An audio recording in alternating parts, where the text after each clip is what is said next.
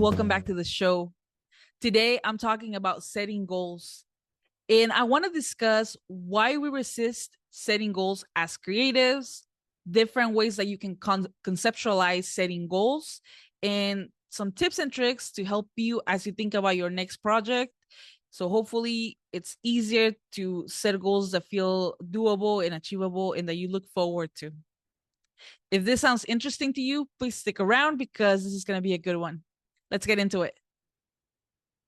Let's start off by discussing the resistance to goal setting as creatives. I think it's no secret that so many of us resist the idea of planning and setting goals when it comes to our creative work because it sounds boring. We think corporate, job, boring, chore, all these negative associations that we want nothing to do when it comes to creativity. But I think that this is only one way to look at goals. And most of our experience comes from working day jobs and going to places that we don't like to be at and having to set arbitrary goals that we don't really feel like resonate with our strengths or our interests. So that is kind of like our point of reference. We also struggle with feeling like if we set goals, this is going to stifle our creativity. We tend to associate creativity with openness, freedom, experimentation, curiosity, daydreaming. And so planning feels a little bit left field and not that exciting. And we think that if we start to overplan and think too much about stuff, we're going to kill our creative genius. And then there's this massive fear, and that's the fear of failure. How many of us have set goals in the past? We went all out, we set some really lofty goals only to fall short. This is our worst fear. We wonder, what's the point of setting goals if I am not going to achieve them? Why bother spending the time and dreaming up all these amazing ideas for what I want to do when I know that I might not be able to do it? I think this is totally understandable and it makes so much sense. I think it's happened to us at one point or another. And this is a point of reference that keeps us safe and feeling discouraged so we don't take any risks. So, what's the importance of setting goals in your creative practice?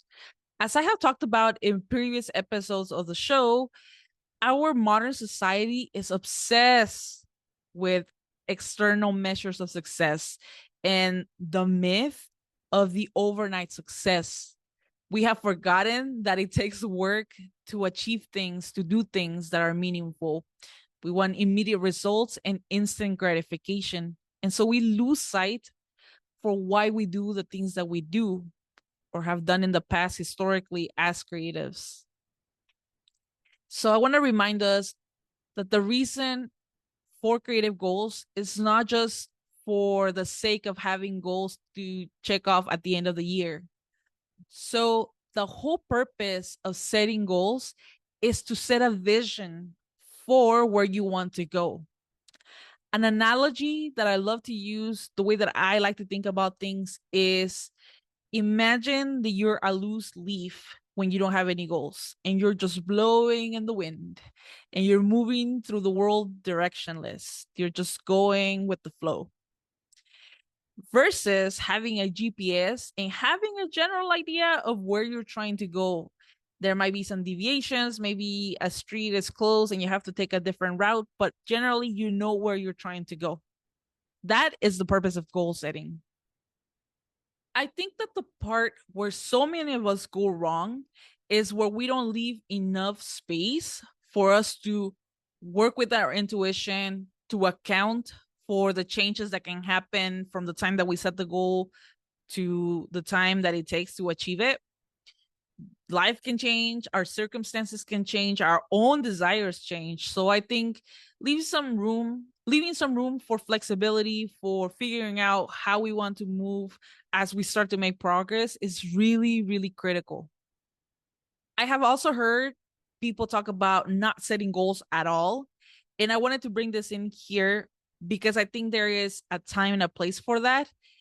Once you are clear on what you want to do and how you want to approach your creative practice, it makes sense to let go of the rules.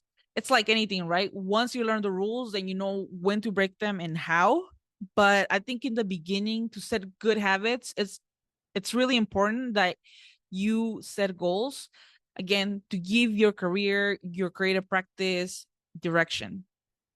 Forget about external validation or anything else. I think it's for your own sake, for your ability to stay clear on what you want to do with your time and through your creative practice. Now, let's talk about different types of goals. I have a list here and I'm going to go over each type very briefly just to give you an idea and to help you kind of kickstart thinking about how you want to organize yourself. And you can even do more research and look up different ways that you can approach this. But I think this is a really good starting place. The first type of goal is long term. And as the name says it, these tend to be long term visions, aspirations. These goals tend to take several years. So it can be anything like writing a book, giving a TED talk, traveling to each state across the country. I think you get a sense of how long those type of things would take. Next, we have short term. And these are the types of goals that could take anywhere from weeks to months and even a year. So it could be something like completing a website, creating a logo, creating a proposal. I think that starts to sound more like a smaller project. Then they are process oriented goals. And these are focused on specific actions or behaviors. So it's more about focusing on the how rather than the what. And for these type of goals, here are some examples. Writing for 30 minutes, practicing a new skill every day, sketching daily. You get the idea. Then we have personal goals, and these are goals pertaining to personal development, your health, your overall life satisfaction. And some examples can include nurturing relationship with friends, going out for walks, cooking more. And lastly on the list, we have professional goals. And these relate to your career growth, skill development, or professional achievements. So things like getting a certification, growing a business, or landing a promotion. So when it comes to setting goals, sometimes you might already have a preconceived idea that you know that you want to work on, and it tends to fall under one of these type of categories. Or you might look at the categories and think about how you want to have a goal for each of these areas. It can work either way, but you get the idea of how these different categories work. Now, let's talk about understanding the differences between projects, tasks, and habits. When I first learned the difference between these different concepts, it made such a big difference for me because I started to realize why certain things were taking longer than others. And let me explain, and I think you'll understand what I'm talking about. So, projects. When it comes to projects, these are activities where we are focusing on achieving a specific outcome. For example, writing a book. So that's going to take a little bit longer, and there's going to be a lot of different things that we have to do to write a book. Then there is the task. And these are the concrete steps that you need to have in place to complete a project. And these tend to be very focused and very specific. So this can look like, if we're talking about the example of writing a book, proofreading pages 1 to 5. So you see, we have this big idea, and then we're breaking it down into smaller concrete steps. And then here's the kicker: habits. These are activities that you are doing on the regular basis. They're ongoing. It becomes a practice, a ritual, a routine, whatever you want to call it, but it's something that you're repeating regularly. So going back to the example with the book, that would look like writing 15 minutes every day. So now that I went over this list, you can start to get a better sense for what each type of activity is and where it makes the most sense. And you might even realize that you have been working on a project that should have been a habit, for example, or a task that should have been a project. And this can really shift things when it comes to planning, because one of the things that I've noticed with a lot of creatives, and you could say even people in general, when it comes to planning, they don't know these differences. And so sometimes we want to do much more than what we actually have time for. And so we really need to break things down in a way that is achievable. And the other thing is that projects tend to take a lot longer. So if we are clear that something is a project, we can set the right expectation and not feel frustrated if something takes longer, or we need to gather a lot of different things before we can actually dive into the project. So I think this is why it's so helpful to think about these different pieces to give you that clarity, to be able to feel confident, to know how to plan. Now, let's talk about simple action steps that you can take as you think about your next creative goal. These are going to be some general ideas, some tips to help you to start to shift the way that you think about setting goals. So hopefully you can feel more empowered and more excited as you think about what you want to do. The first idea is all about observing how you're currently doing goals.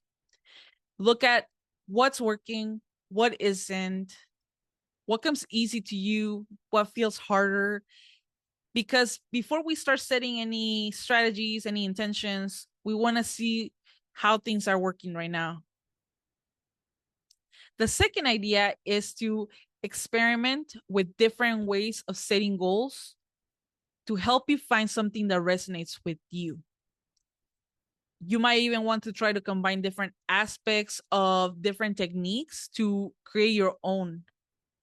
And I want to let you know this is totally okay to do.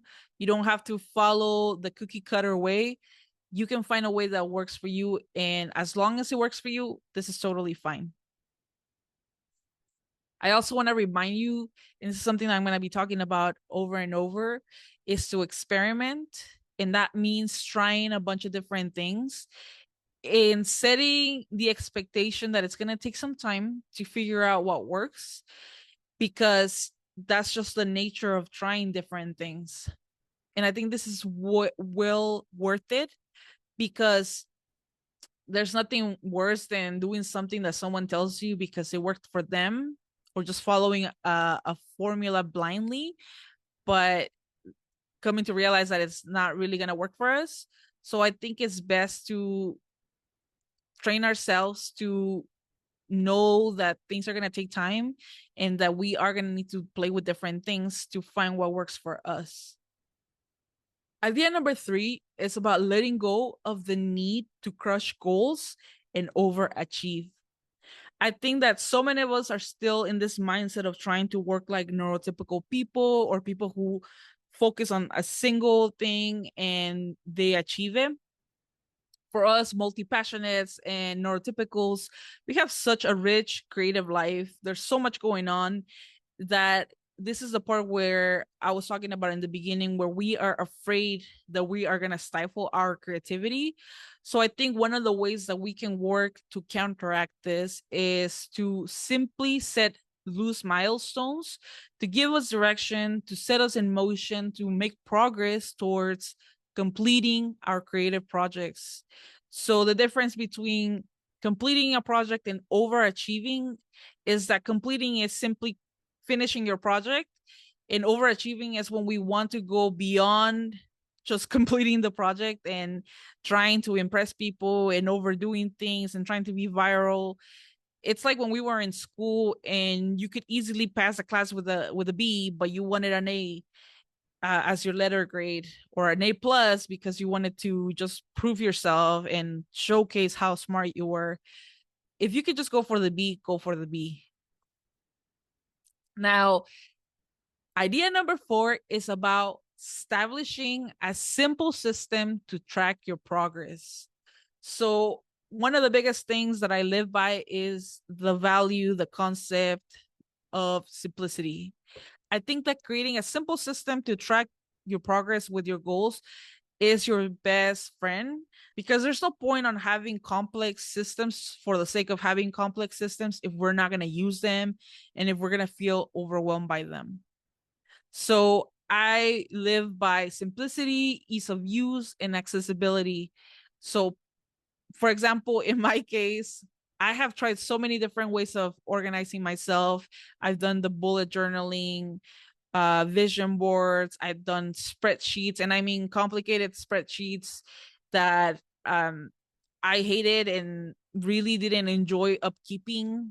And so I always fall back to my good old checklist, like a simple to-do list that I can check off in my calendar, for example, or some version of that.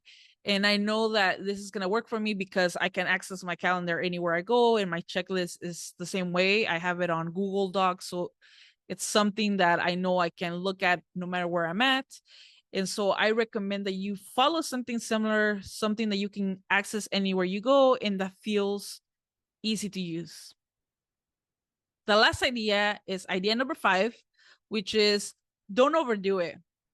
This is more of a reminder not to go overboard with creating goals for the sake of creating goals. Remember, the idea is to give yourself enough direction so that you know where you're going, but not so much that you feel stressed out and overwhelmed. When you set a small number of goals and you start to complete them, you're going to feel more excited to set new goals. And that also gives you time to assess how things are going. If I'm honest, I'll confess now that I like to set annual goals. And so at the beginning of the year, I like to at least think about one goal per month, roughly, of something that I want to achieve.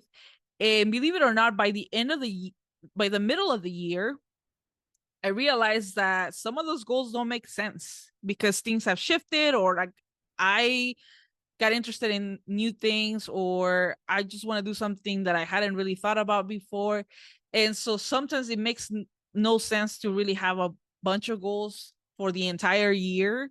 And so I am learning that setting 6 goals for half of my year is a good number. And then by the middle of the year, I can assess what I want to do at that point.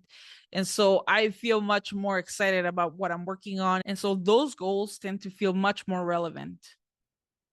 So let's recap. Today, we talked about some of the reasons why creatives tend to resist goal setting. I went over some different types of goals that you can use as a reference for when you're thinking about goal setting.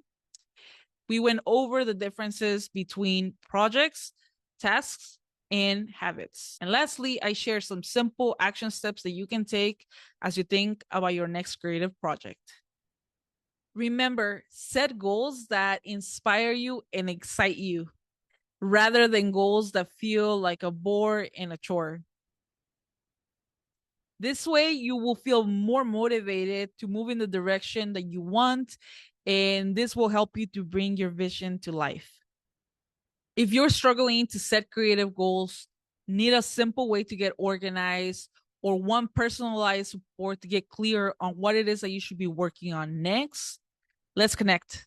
Schedule your free discovery coaching session today. The link is in the show's description. And take your first step towards a more enjoyable creative practice and life. Thanks for tuning in. And until next time, please keep moving forward with your creative goals and stay creative. I'll talk to you later. Bye.